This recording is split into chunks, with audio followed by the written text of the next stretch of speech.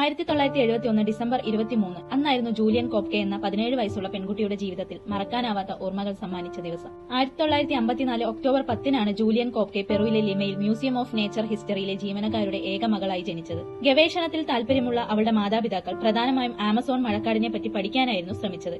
അതുകൊണ്ട് തന്നെ ജൂലിയൻ കോപ്കെയ്ക്ക് 14 വയസ്സ് മാത്രം പ്രായമുള്ളപ്പോൾ പാൻഗ്വാനിയിലെ ആമസോൺ റിസർച്ച് സെന്ററിലേക്ക് അവളെയും കൂട്ടി യാത്ര പുറപ്പെട്ടു. ആമസോൺ മഴക്കാടുകൾക്ക് അടുത്ത് തന്നെയായിരുന്നു ഗവേഷണ കേന്ദ്രവും. ഒരുപാട് കാലം കാട്ടിൽ ജീവിച്ചതിനാൽ തന്നെ ജംഗിൾ ഗേൾ എന്നായിരുന്നു അവൾ അറിയപ്പെട്ടിരുന്നത്. പിന്നീട് തുടർ വിദ്യാഭ്യാസത്തിനായി അവൾ അമ്മയ്ക്കൊപ്പം ലിമയിലേക്ക് തിരിച്ചു വന്നു. അങ്ങനെ 1971 ഡിസംബർ മാസത്തിൽ ഹൈസ്കൂൾ പഠനം പൂർത്തിയാക്കി അച്ഛന്റെ ജോലി സ്ഥലത്തേക്ക് അമ്മയ്ക്കൊപ്പം വിമാനത്തിൽ തിരിച്ച് യാത്ര ചെയ്യുകയായിരുന്നു അവൾ.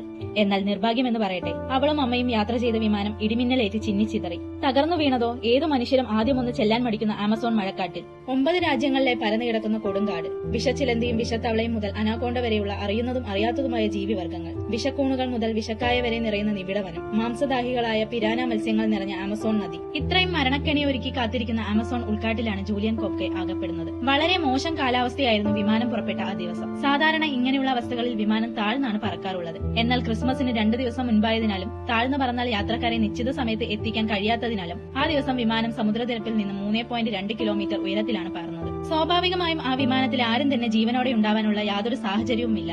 എന്നാൽ അത്ഭുതമെന്ന് പറയട്ടെ, വിമാനം തകർന്നു വീണ് ഏതാനും മണിക്കൂറുകൾക്ക് ശേഷം ജൂലിയൻ കോപ്കെയ്ക്ക് അവളുടെ ബോധം തിരിച്ചു കിട്ടുകയാണ്. അവളുടെ കഴുത്തെല്ല് പൊട്ടിയിരുന്നു. തോളിലും കാൽമുട്ടിലുമൊക്കെ ആഴത്തിൽ മുറിവുകൾ. കടുത്ത വേദനയിൽ എഴുന്നേൽക്കാനാവാതെ അവിടെ കിടന്ന് തളർന്നു മയങ്ങിപ്പോയ കോപ്കെ അടുത്ത ദിവസമാണ് ഉണർന്നത്. ചുറ്റും ചിതറിത്തെറിച്ച മൃതദേഹങ്ങൾ, തകർന്ന വിമാനത്തിന്റെ ഭാഗങ്ങൾ. കൂടെയുണ്ടായിരുന്ന അമ്മയെ കണ്ടെത്താനായില്ല. ആവുന്നത്ര ഉച്ചത്തിൽ അവൾ കരഞ്ഞു. ആര് കേൾക്കാൻ? പിന്നെ രക്ഷപ്പെടാനായി ശ്രമം. എന്നാൽ അത്രയും വലിയ കാട്ടിൽ നിന്നും പുറത്തു കടക്കുക എന്നത് അതിലും വലിയ വെല്ലുവിളിയായിരുന്നു. അമ്മയെ തിരയുന്നതിനിടയിൽ ഒരു മിഠായി പൊതി അവൾക്ക് കിട്ടി. അങ്ങനെ ആ മിഠായി പൊതിയുമായി പണ്ട് അച്ഛൻ കാടിനെ കുറിച്ച് പറഞ്ഞു തന്ന അറിവുകളുമായി അവൾ മുന്നോട്ട് നടന്നു. വിശക്കുമ്പോൾ കയ്യിലുള്ള മിഠായി കഴിച്ചു. അങ്ങനെ ദിവസങ്ങൾ കടന്നുപോയി. കയ്യിലുള്ള മിഠായി കഴിഞ്ഞു. പിന്നീട് അവൾ നാട്ടിൽ കണ്ടുപരിചയമുള്ള പഴങ്ങളും ഇലകളും കഴിച്ച് വിശപ്പടക്കി. അങ്ങനെ വേദനയും സഹിച്ച് മുന്നോട്ട് നടന്നു നീങ്ങി. 10 ദിവസങ്ങൾക്ക് ശേഷം അവൾ കാട്ടിൽ ഒരു ബോട്ട് കണ്ടെത്തി. അതിൽ കയറി മുന്നോട്ട് തുഴഞ്ഞു നീങ്ങി. അതിനിടയിലാണ് പുഴയ്ക്കരികിൽ ഒരു ചെറിയ വീട് അവളുടെ ശ്രദ്ധയിൽപ്പെട്ടത്. വളരെ സന്തോഷത്തോടെ അവൾ വീട്ടിലേക്ക് പോവുകയും അവിടെയുള്ള ആളുകളെ വിളിക്കുകയും ചെയ്തു. എന്നാൽ അവിടെ ആരും ഉണ്ടായിരുന്നില്ല. പക്ഷെ അവിടെ എത്തിയപ്പോഴേക്കും അവളുടെ കാലിലെ മുറിവുകളിലെല്ലാം പുഴുക്കൾ വന്നു തുടങ്ങിയിരുന്നു. ആ വീട്ടിലുണ്ടായിരുന്ന മണ്ണെണ്ണ ഉപയോഗിച്ച് ജൂലിയൻ ഏകദേശം പുഴുക്കളെയെല്ലാം നീക്കി.